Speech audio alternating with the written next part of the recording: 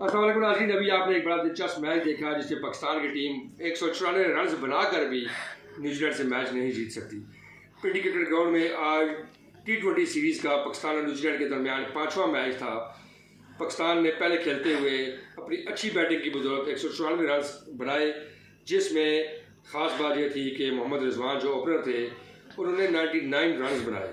ये भी एक बहुत बड़ा एक सेटबैक है पाकिस्तानी टीम का कि पाकिस्तान की टीम के अंदर से आज तक की सियासत कभी भी ख़त्म नहीं हो सकी। इमाद वसीम ने आखिरी ओवर में सिर्फ एक बॉल खेलने के लिए रिजवान को दी। रिजवान को 2 रन चाहिए थे ताकि वो अपनी सेंचुरी मुकम्मल कर सकते, लेकिन वो अपनी सेंचुरी को मुकम्मल नहीं कर सके और आखिरी बॉल में सिर्फ 1 रन बनाया और 99 रन उन्होंने किए, जो कि मैं समझता हूँ कि पाकिस्तानी टीम की एक मिसमैनेजमेंट है। पाकिस्तानी टीम के अंदर एक सियासत है, हमेशा से यही रहा है किसी खिलाड़ी को फेल करने के लिए इस तरह की हरकतें की जाती हैं।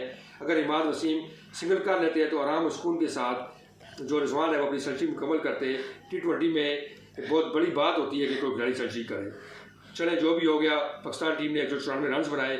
उसके जवाब में पाकिस्तान की टीम जो को अपना बड़ा उसको मान था अपने बॉलिंग के ऊपर, शहनशाह अफरीदी था, हारिस राऊ था, एहसानुल्लाह था, बड़े फास्ट बॉलर हैं, बड़े जो 30 मार खान बने हुए हैं। लेकिन वो पिंडी की विकेट के ऊपर शहनशाह अफरीदी ने अपने पहले ओवर में 2 खिलाड़ियों को आउट भी किया, लेकिन उसके बावजूद वो जो चैपमैन है वो उनके लिए एक ट्रैकुला साबित हुए और चैपमैन ने बेहतरीन इनिंग्स खेली, उनका साथ दिया। नीशम ने, ये 2 खिलाड़ी उनसे बिल्कुल भी कंट्रोल नहीं हो सकते। पाकिस्तान के सारे बॉलर जो हैं उनके सामने फ्लॉप हो गए। शादाब खान ने एक क्रूशल टाइम के ऊपर चैपमैन का कैच छोड़ा, जो कि मैं समझता हूँ कि उन्होंने कैच छोड़कर पूरी सीरीज अपने हाथ से ड्रॉप कर दी। ये मैं समझता हूँ कि इस पूरे वाक़े की एक इंक्वायरी होनी चाहिए कि जो शादाब खान की जो फील्डिंग है वो भी सस्पिशियस है, वो भी मशकूक है, उसका कैच छोड़ना मशकूक है। पाकिस्तान की बॉलिंग जो है वो ऐसा लग रहा था कि जैसे कोई थर्ड क्लास टीम खेल रही है। इतने फास्ट बॉलर, इतने नामी ग्रामी बॉलर्स के होते हुए पाकिस्तान की टीम टोटल को डिफेंड नहीं कर सकती।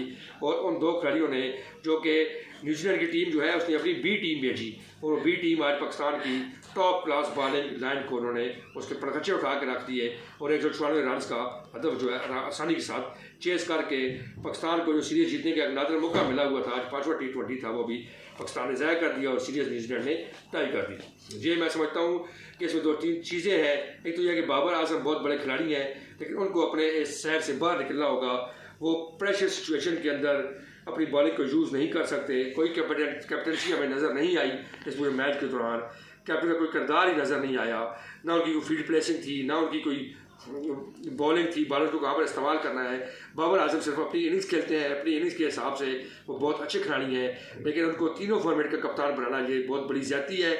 और पाकिस्तान क्रिकेट बोर्ड मैनेजमेंट को चाहिए कि बाबर के सर के ऊपर से ये प्रेशर ख़त्म करें और उनसे कम से कम T20 वनडे का उनको कैप्टन रखें, या उनको हर फॉर्मेट का अलग अलग कप्तान बना दिया जाए ताकि बाबर आजम जो है वो अपनी परफॉर्मेंस पर ध्यान दे सके, क्योंकि कैप्टनसी उनके पास का रोक नहीं है। हमारे चैनल को सब्सक्राइब करें ताकि आपको हमारी ताज़ा तरीन वीडियोस मिलती रहे। बहुत शुक्रिया।